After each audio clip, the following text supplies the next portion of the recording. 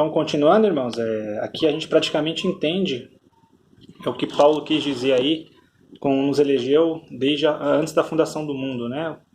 Nós vamos entender aí o fato do que a Bíblia diz, que o Cordeiro foi morto antes da fundação do mundo. Já existia um plano de Deus para a salvação da humanidade. Então nós entendemos aí o que Paulo quis dizer, eleitos, né, antes da fundação do mundo, eleitos em Cristo, uma igreja. Deus havia eleito uma igreja, né? Deus já havia projetado a salvação, essa é a ideia. De maneira que nós precisamos entender, só para a gente encerrar esse tópico, entender aí o que é a salvação universal, que alguém, não sei se vocês já ouviram falar, alguns falam. A salvação de fato ela é universal, tá?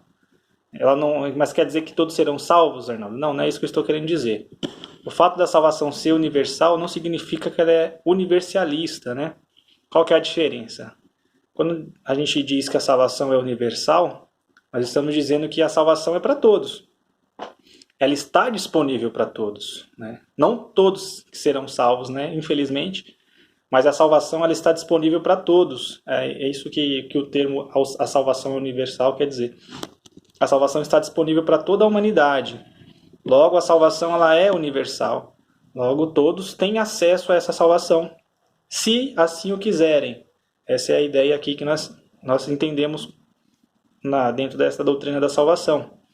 Mas ela não é universalista, ou seja, a salvação está disponível a todos, mas ela não é universalista. O que é universalismo? O que é salvação universalista?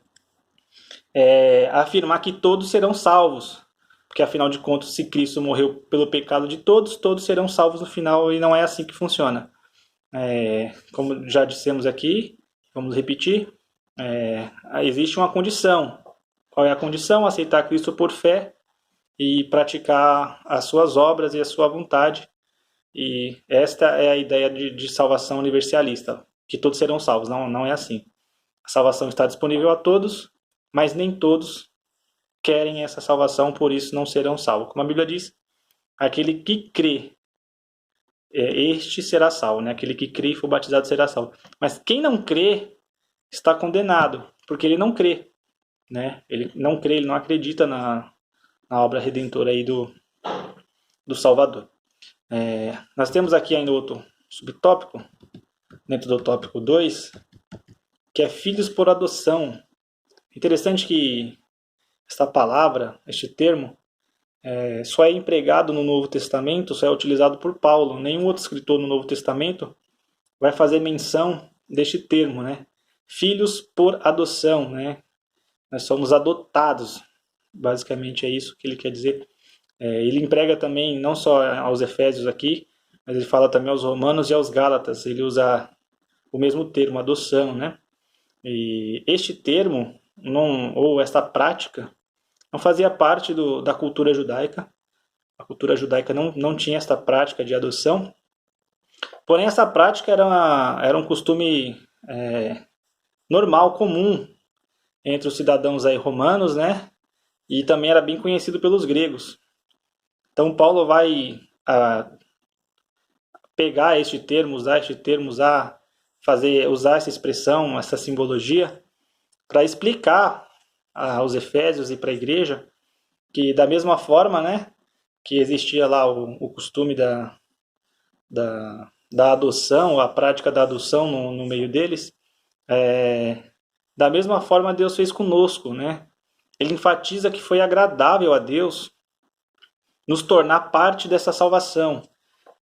Ele vai enfatizar que foi a vontade de Deus, né, segundo o beneplácito da sua vontade, ele diz, né, no que está escrito na Bíblia, segundo o beneplácito da sua vontade. Olha só, partiu da vontade do Criador, o próprio Deus, ele nos amou tanto que olha, a bondade dele é tão grande, a misericórdia dele é tão grande, que a iniciativa foi total dele, a vontade dele, e o amor de Deus moveu isso, né? Moveu o Pai a nos adotar, né? Se em outro tempo nós éramos inimigos de Deus, agora nós somos reconciliados com Ele através de quem? Através de Cristo e através da sua cruz, a cruz do Calvário, que a cruz não era dele, na verdade, a cruz era nossa, mas Ele tomou sobre si as nossas dores e nos reconciliou com o Pai, né? Então o Pai nos adotou pelo seu amor imensurável e hoje nós somos filhos de Deus. E é interessante que, continuando sobre isso, né? Embora um pai humano possa adotar um filho, ele pode transmitir amor, ele pode dar recursos, pode deixar herança para esse filho, enfim, tantas coisas ele pode deixar, mas as características próprias dele, ele não consegue passar para o filho adotivo, né? Ou seja, fisicamente falando, né, na questão sanguínea, ele é um filho adotado, ele vai ser tratado da mesma forma, com o mesmo amor, com o mesmo afeto que se fosse um filho geneticamente falando. Ele, ele vai receber a mesma afeição, porém as características elas são peculiares, elas não são transmitidas para o filho adotado. Porém, espiritualizando isso daqui, no nosso caso não. No nosso caso, além de nós recebermos o amor divino, o amor de Deus, como eu disse, o amor que nos constrange, o amor que é o favor, que é a graça, o amor imerecido, o favor imerecido, nós não merecíamos, éramos pecadores.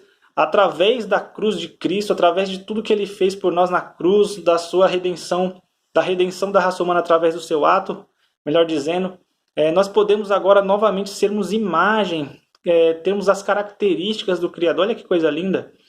Mais do que adotados, nós herdamos também as características e a herança como filhos de Deus. Isso é lindo, isso é maravilhoso.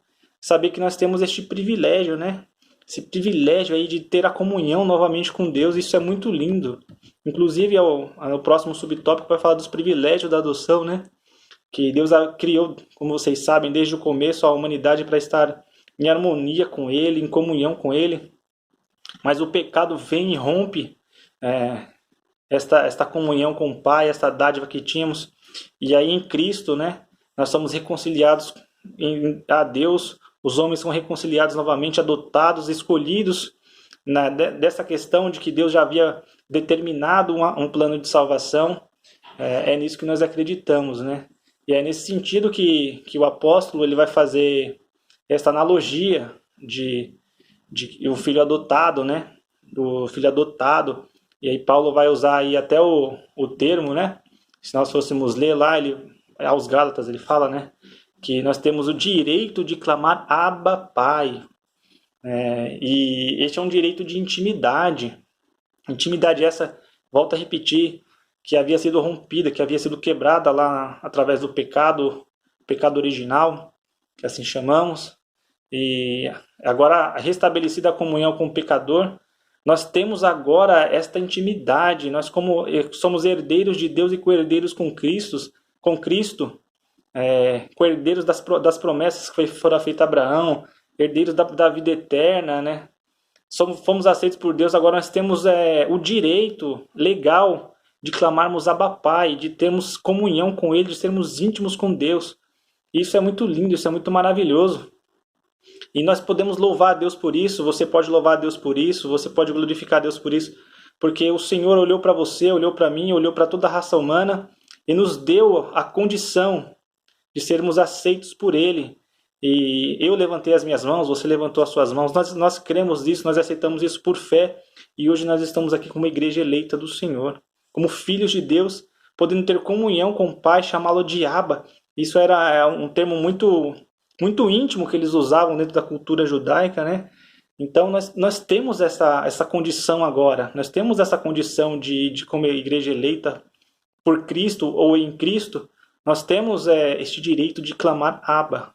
Então você tem um Pai que se importa com você, você tem um Deus que se importa com você, você tem um Deus poderoso que se importa com você, que sente as suas dores, que sente as suas emoções, que está conosco todos os dias.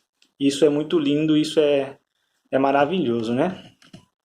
E aí, continuando aqui, só para a gente encerrar, o próximo e último tópico, né? O terceiro, a sublimidade do propósito divino na predestinação. Aí o primeiro tópico, o subtópico do terceiro tópico, vai falar sobre predestinação e salvação. E aqui até enfatizado que não houve uma dupla predestinação, por parte de Deus, que decretou que uns vão para o céu, outros vão para o inferno. Nós já falamos bastante sobre isso daí. Deixamos claro o nosso ponto de vista, haja vista que inclusive está na nossa declaração de fé, que a predestinação severa, a predestinação bíblica diz respeito apenas à salvação, sendo condicionada ao arrependimento e à fé em Cristo Jesus segundo a presciência divina, tá? Isso é o que nós acreditamos. Não vou entrar na questão dessa questão da dupla predestinação. Existe um outro ponto de vista dentro de uma outra doutrina da salvação, que na verdade alguém vai dizer que não são todos, mas um pequeno grupo dentro deste pensamento teológico que afirma existir essa dupla predestinação, mas não é o que a maioria efetivamente acredita lá dentro dessa doutrina, tá? E a nossa conclusão, para a gente encerrar, né? Diz assim, ó: Cristo morreu por todos e por cada um dos pecadores. Desde a eternidade, segundo a sua presciência em Cristo, Deus elegeu e predestinou os que creriam e perseverariam na fé a viver em santidade, receber a filiação divina e a desfrutar de todas as bênçãos espirituais divinamente estipuladas. Então, só para a gente encerrar, eu fiz de uma forma diferente essa aula, tá? Eu gravei 3 vídeos para a gente falar basicamente aqui sobre a lição. Espero que você tenha entendido, tá? Mais uma vez, volto a repetir, a nossa ideia aqui não é confrontar ou rebater nenhuma questão teológica, nenhum ponto de vista teológico, mas apenas expressar o que nós pensamos. Nós pensamos acerca da eleição e da predestinação exatamente isso, que uma leva a outra, tá? Uma leva a outra, segundo inclusive o livro da CPAD, que eu já citei aqui, chamado A Doutrina da Predestinação, do pastor Severino Pedro. Se você quiser ler, é um livro muito bom. Então, um leva ao outro, tá?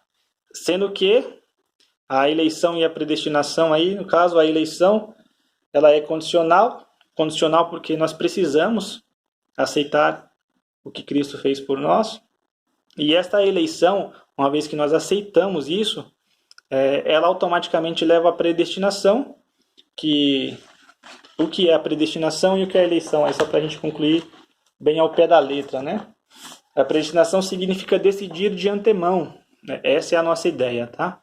A ideia que nós temos é que predestinação é decidir de antemão.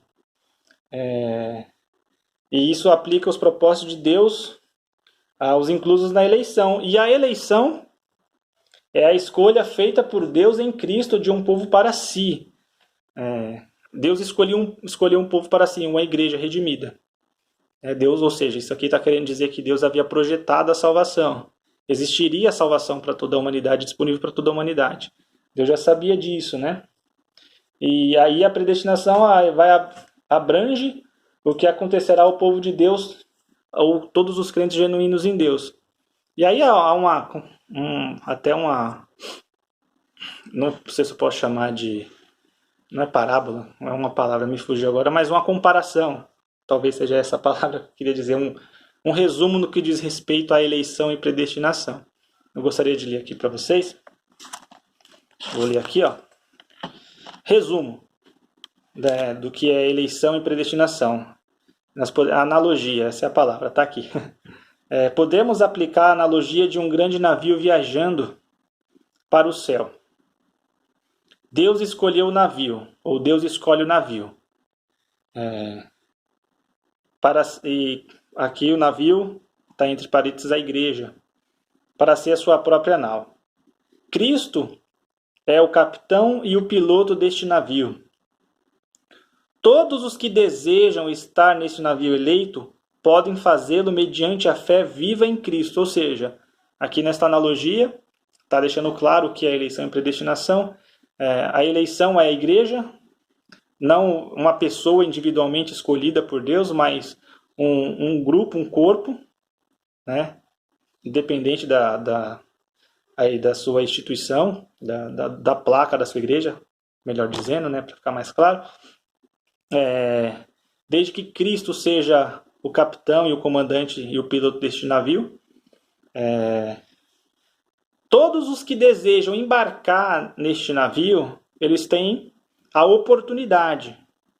Não são obrigados, mas eles têm a oportunidade, através do sacrifício de Cristo na cruz, eles têm a oportunidade de embarcarem neste navio, que tem um destino, já tem um destino estipulado, que é o céu. E aí, continuando, todos os que desejam estar nesse navio eleito podem fazê-lo mediante a fé viva em Cristo. Enquanto permanecerem no navio, acompanhando seu capitão, estarão entre os eleitos. Percebeu como a gente tem essa ideia de que é condicional, tá? Uma vez dentro do navio, para sempre dentro do navio? Não. Você tem a opção de permanecer ou de não permanecer dentro deste navio ao longo do seu percurso, ao longo da sua jornada. Fica ao critério de cada um permanecer fiel e esperar este destino chegar firmemente, ou não simplesmente abandonar este navio. Caso alguém abandone o navio e o seu capitão, deixará de ser um dos eleitos, porque, como a gente disse, é condicional. E aí isto é falando de eleição. E a predestinação, o que é? A predestinação concerne ao destino do navio e ao que Deus preparou para aqueles quem nele permanece. Deus convida todos a entrar a bordo do navio eleito mediante Jesus Cristo. Ou seja, a igreja é o navio, a igreja é a eleita, né? A igreja é a eleita, é a eleição. Este navio tem um destino. Este destino é a predestinação, vamos assim dizer, né? Como a gente dizendo, é um lugar decidido de antemão. Ele já tem uma rota, ele já tem um destino final, que é o céu. Então a igreja eleita, que é o navio, e quem quiser embarcar neste navio pode embarcar. Quem quiser desembarcar deste navio também pode fazê-lo, negando a fé em Cristo, não aceitando, enfim, por diversos outros motivos. E quem permanecer até o fim chegará no seu destino final. Ou seja, o destino deste navio é o céu, e tudo aquilo que Deus já havia pré-estipulado para esse destino final, que é o que? É o céu, onde não haverá mais dor, não haverá mais choro, não haverá mais morte, não haverá mais prantos, não precisará de sol, enfim, todas aquelas maravilhas que a Bíblia nos diz sobre o céu que nos aguarda. Este é o nosso destino.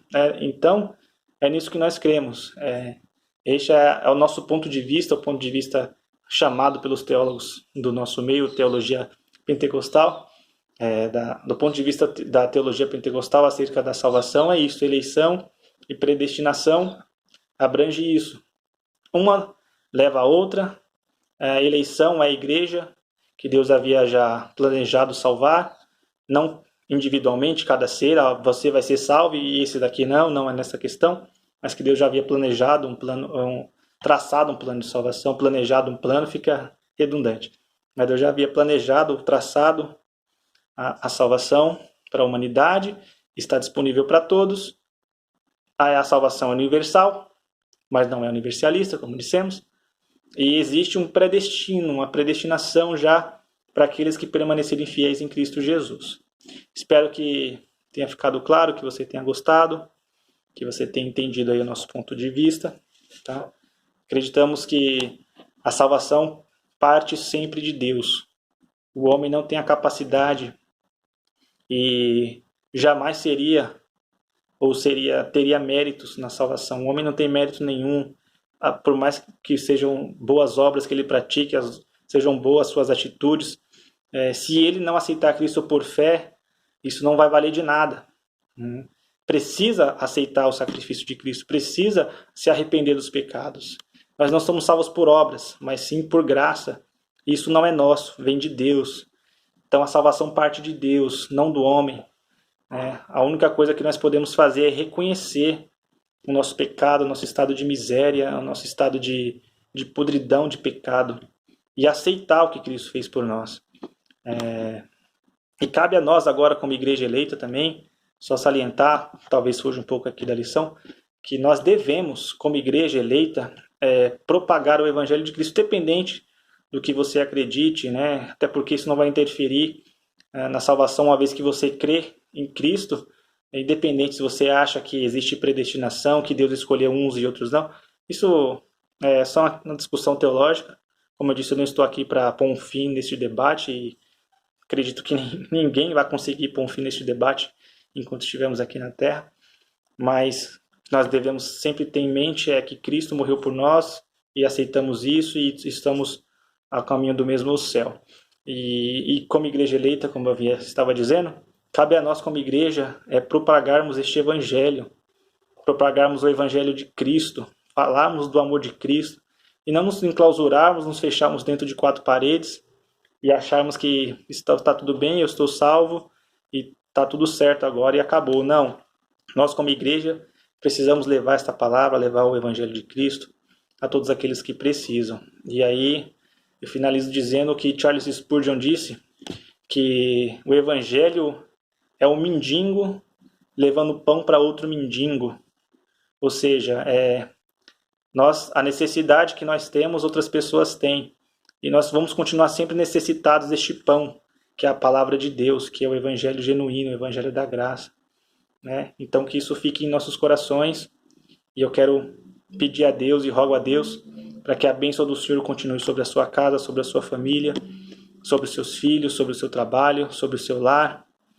E que Deus em Cristo te abençoe, que Deus em Cristo possa se fazer presente todos os dias na sua casa, na sua vida. E eu te abençoe em nome de Jesus.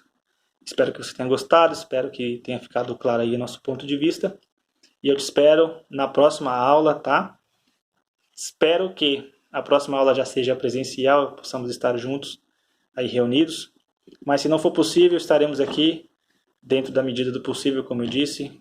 Dessa vez não fizemos a live, mas fizemos dessa forma. Mas nas próximas a gente vai vendo, estudando a melhor forma de fazer. O importante é que a palavra de Deus continue sendo propagada dentro dos nossos lares, do nosso coração. Deus em Cristo te abençoe, que você possa ter um dia abençoado em nome de Jesus. Deus te abençoe e até a próxima.